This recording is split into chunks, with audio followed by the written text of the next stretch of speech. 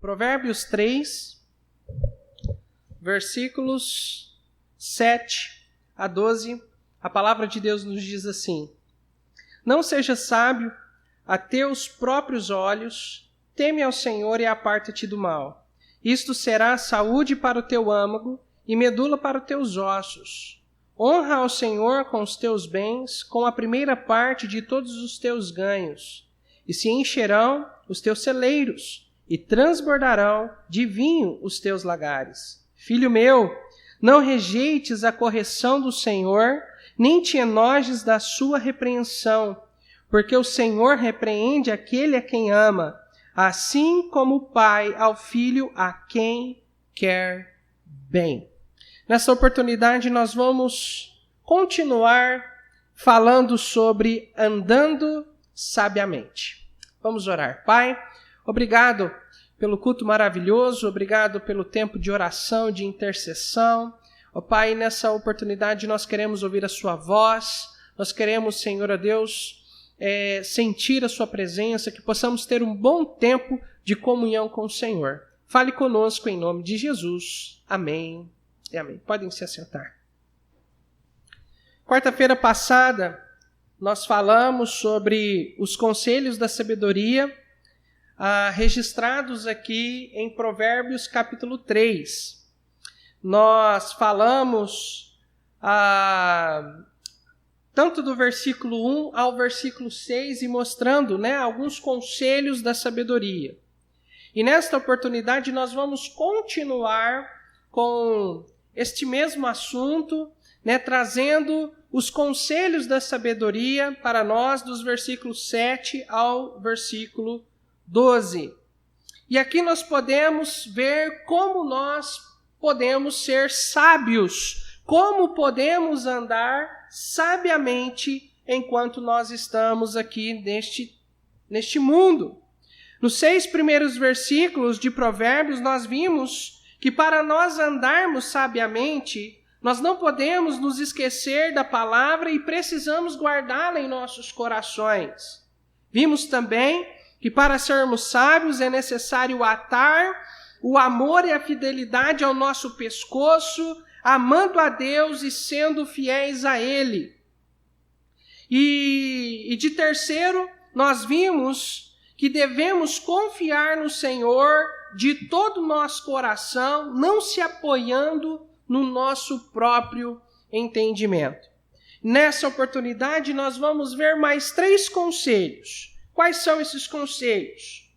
Para nós sermos sábios, segundo a palavra de Deus, segundo o conselho da sabedoria, nós nunca devemos nos orgulhar de nossa própria sabedoria. Isso está nos versículos 7 e 8 de nosso texto, que diz: Não seja sábio a teus próprios olhos, teme ao Senhor e aparta-te do mal. Isto será saúde para o teu âmago e medula para os teus ossos. O texto diz: não seja sábio a teus próprios olhos. Isso significa justamente nunca se orgulhar de sua própria sabedoria. Irmãos, de fato, nós não podemos em nenhum momento pensar que nós, por termos um nível superior, por nós termos mais escolaridade, um diploma, um título acadêmico, nós somos melhores do que os outros. Isso de maneira nenhuma. Diante do Senhor nosso Deus, todos nós somos iguais. Não é porque eu sei um pouco mais do que o outro, eu sou alguma coisa. De maneira nenhuma. Diante de Deus não existem médicos, não existem advogados, arquitetos, pedreiros, serventes, faxineiros. Para Deus não existe nada disso. Para Deus existem pecadores que precisam de Jesus Cristo. Amém?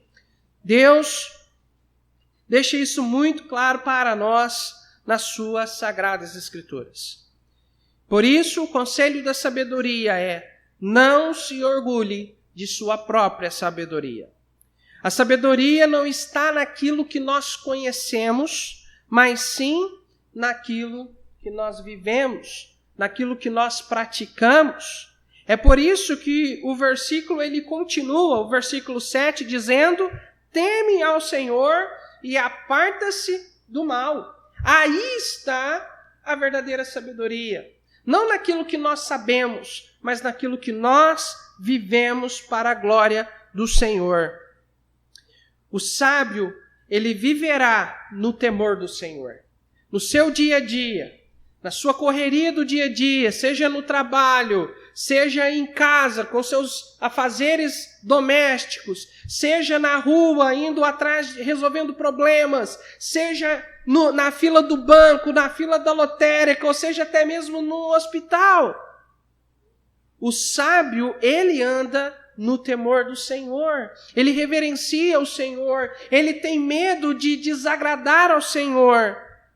E não somente isso, o sábio, ele santifica a sua vida. Desviar-se do mal. Mal aqui é o pecado e tudo que está em volta, girando em torno do pecado, tudo que desagrada a Deus. O sábio, ele vai procurar santificar a sua vida para a glória do Senhor.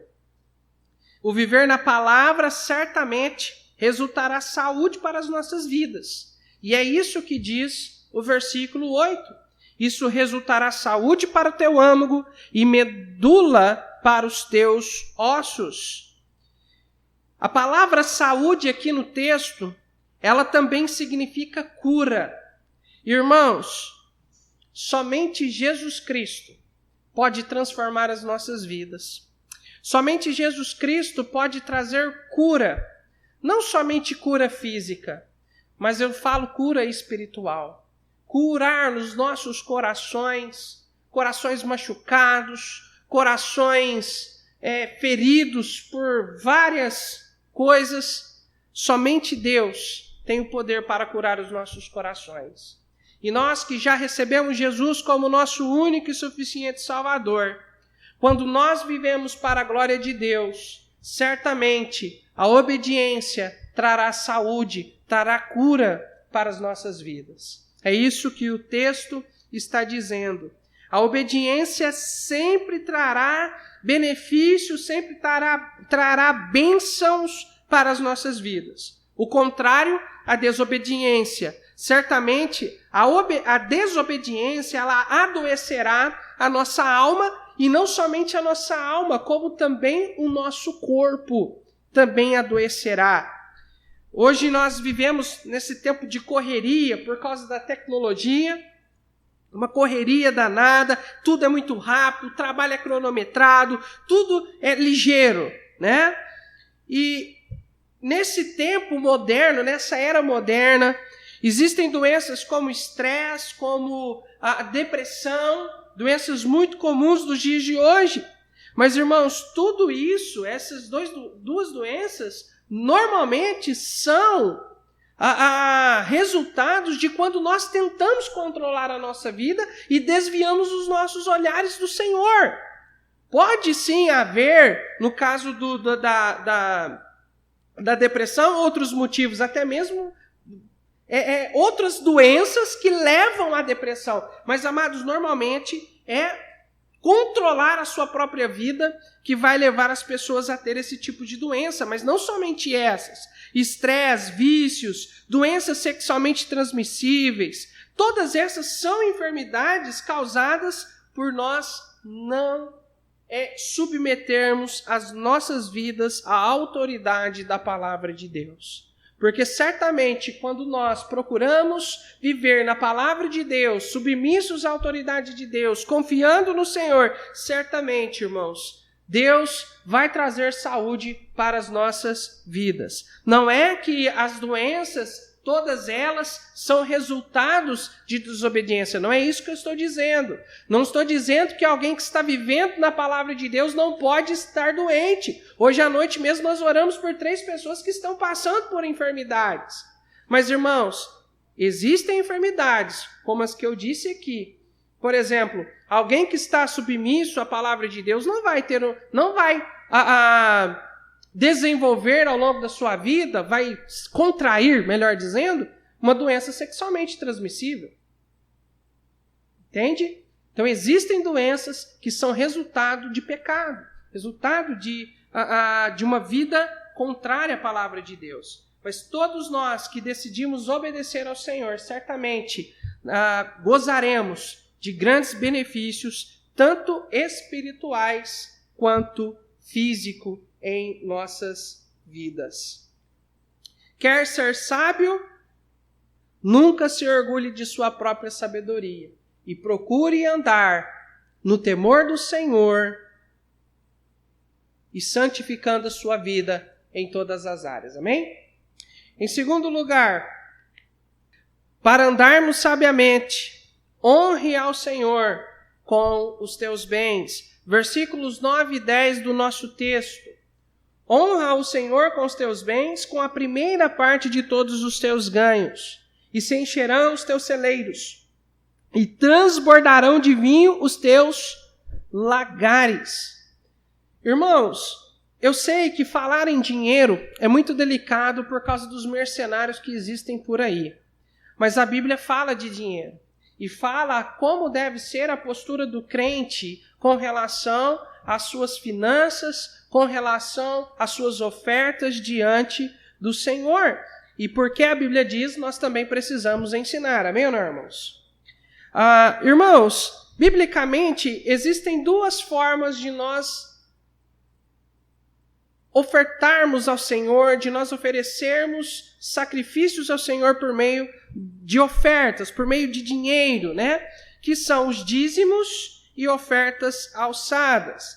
Dízimo, 10% daquilo que nós ganhamos, e ofertas alçadas é algo que Deus coloca em seu coração. Tanto pode ser ofertas que nós depositamos regularmente no gasofilácio, como também ofertas destinadas, né? Ofertas específicas, talvez para os missionários, para a construção, para a reforma, ou algo desse tipo. Aquilo que Deus coloca no seu coração. E, irmãos, de acordo com o nosso texto, não que a igreja precisa ser chamada atenção, nada disso, mas simplesmente para nós seguirmos os ensinamentos da palavra de Deus aqui, porque, como eu disse, a palavra de Deus nos ensina, então nós precisamos ouvir. Amém, irmãos? Precisamos ouvir, colocar nos nossos corações. O texto que nós estamos aqui está falando de uma forma de nós honrarmos ao Senhor. E aqui, a sabedoria está nos aconselhando se você quer honrar ao Senhor, honre ao Senhor com os teus bens. E não somente com os seus bens, mas com a primeira parte de todos os seus ganhos. Eu estudando aqui, a palavra primeira parte, aqui no versículo 9, honre ao Senhor com a primeira parte de todos os seus ganhos, a palavra primeira, ela também tem um significado de melhor no original. Ou seja, honre ao Senhor com os teus bens e com o seu melhor. No caso, quando nós vamos fazer um orçamento, né, lá em casa a gente faz isso, a Claudinha ela me ajuda muito nessa parte. Quando nós vamos fazer o orçamento, né, muitas pessoas, infelizmente por falta de instrução, ela vai lá, coloca lá água, luz, prestação do carro, prestação do celular, ela vai lá, coloca lá alimentação, coloca IPTU, aí lá nos últimos, vai dar esse mês, aí coloca lá dízimo e oferta. De acordo com o nosso texto, isso está correto? Não. De acordo com o nosso texto, está dizendo, é a primeira parte. Irmãos, dinheiro é um bom termômetro espiritual. Alguém que não está dando dízimo, alguém que não está ofertando, alguém que está negligenciando essa parte, é alguém que normalmente não está bem com Deus. Ou imaturidade, porque não entende bem, ou porque de fato entende, já ouviu, cansou de ouvir, mas não faz por rebeldia. Porque, irmão, desculpa sempre vai ter. Sempre vai ter. Mas vale do nosso compromisso diante de Deus. Normalmente alguém que é um dizimista fiel, alguém que oferta fielmente ao Senhor, que tem um compromisso com o missionário, normalmente, irmãos, é alguém que de fato coloca Deus em primeiro lugar na sua vida. Em primeiro lugar na sua vida.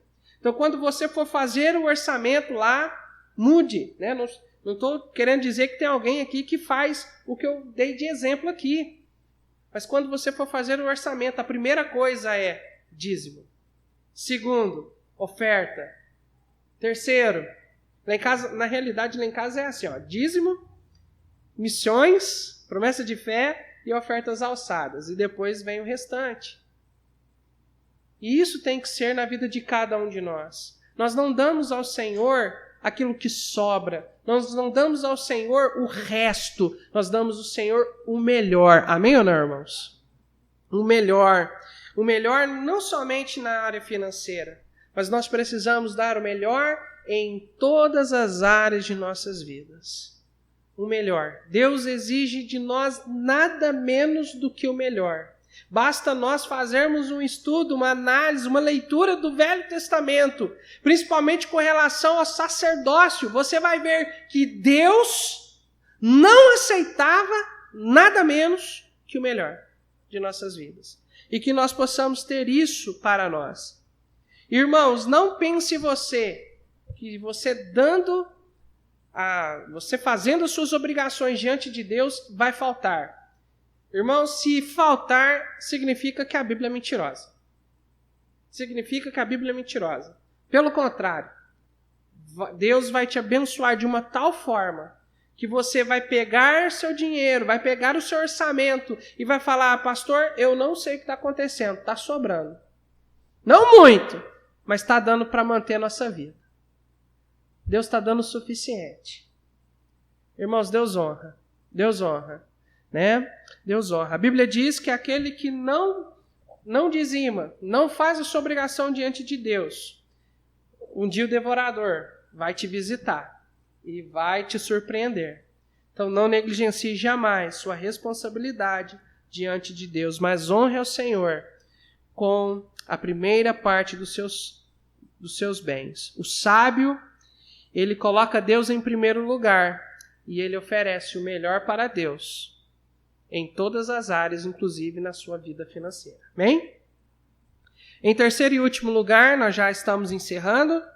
Para andarmos sabiamente, não rejeite a correção, a disciplina do Senhor. Versículos 11 e 12. Filho meu, não rejeites a correção do Senhor, nem te enojes da sua repreensão, porque o Senhor repreende a quem ama, assim como o pai ao filho a quem quer bem. Irmãos, não tem como nós falarmos de disciplina, de correção, de repreensão, se nós não falarmos de pais e filhos. Nós não disciplinamos aqueles que não são nossos filhos. Talvez, pode ser, questão de avós e netos, tios e sobrinhos, às vezes o relacionamento pode ser mais íntimo. O pai dá autorização, alguma coisa assim, ou na falta dos pais, né? Acaba Deus colocando você sobre a vida desses pequeninos. Então aí a história muda. Mas, irmãos, a minha esposa, ela olha uma criança, né, uma vizinha ali, né, a filha de uma vizinha. A responsabilidade de disciplinar ali não é da Claudineia. A Claudineia instrui, ela repreende verbalmente na hora que precisa. Mas a disciplina mesmo, né, a vara quem deve aplicar não é a Claudineia, mas é a mãe, os pais, né, nesse sentido. E biblicamente é a mesma coisa. Deus, ele só vai aplicar a disciplina, a correção, a repreensão naqueles que são seus filhos. Deus, ele não aplica a correção naqueles que nunca foram filhos dele. E nós sabemos pela autoridade da palavra de Deus que somente o salvo é filho de Deus. Amém, irmãos? Quantos aqui são salvos? Diga amém. Amém. Então você é filho de Deus. E Deus, então, está cuidando de você como filho. Deus está suprindo os seus recursos financeiros. Deus está suprindo tudo o que você precisa para viver, seja fisicamente, seja espiritualmente. Deus está no controle de sua vida. E certamente, quando o crente, ele talvez desvia em alguma área da sua vida da vontade de Deus, Deus irá repreender, irá confrontar sua vida, o seu pecado, para te trazer de volta aos caminhos dele, para te trazer de novo para a vontade dele, no caminho do Senhor, que agrada ao Senhor.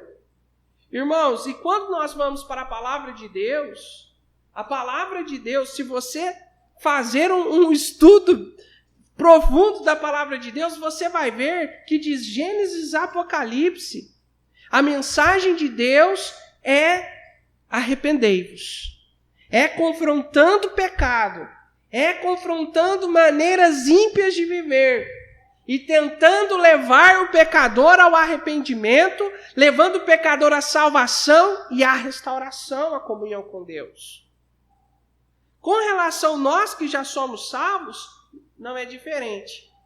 Nós que somos salvos, Deus ele vai trabalhar conosco para que nós possamos viver da maneira que Ele agrada. A partir do momento que nós começamos a sair fora, Ele vai trabalhar conosco. Ele vai confrontar nossas vidas por meio de Sua palavra, para que nós possamos agradar a Ele, para que nós possamos corrigir, para que nós possamos confessar pecados, para que nós possamos santificar as nossas vidas para a glória do Senhor. E Ele faz isso porque Ele é o nosso Pai. Então é Ele quem irá te repreender, é Ele quem irá te corrigir, é Ele. Mas Ele usa pessoas, amém, irmãos? Ele usa pessoas, Ele usa a igreja, Ele usa servos do Senhor. Ele tem os seus meios, meus amados, para que nós não possamos sair do propósito de Deus para as nossas vidas. É por isso que ele começa o texto dizendo, filho meu, no versículo 11. O sábio, o filho sábio, ele não vai rejeitar a repreensão. Ele não vai ficar bicudo na hora que o pastor repreender ele, ou na hora que o irmão chegar e conversar com ele a respeito de alguma coisa. Ele não vai ficar chateado, ele não vai ficar emburrado, ele não vai ficar com uma atitude de rebeldia, mas ele vai procurar dar ouvidos ao que está sendo falado. Ele vai pedir perdão e ele vai procurar viver para a glória do Senhor, amém? Ele vai resolver aquilo para a glória do Senhor. É isso que um filho sábio faz.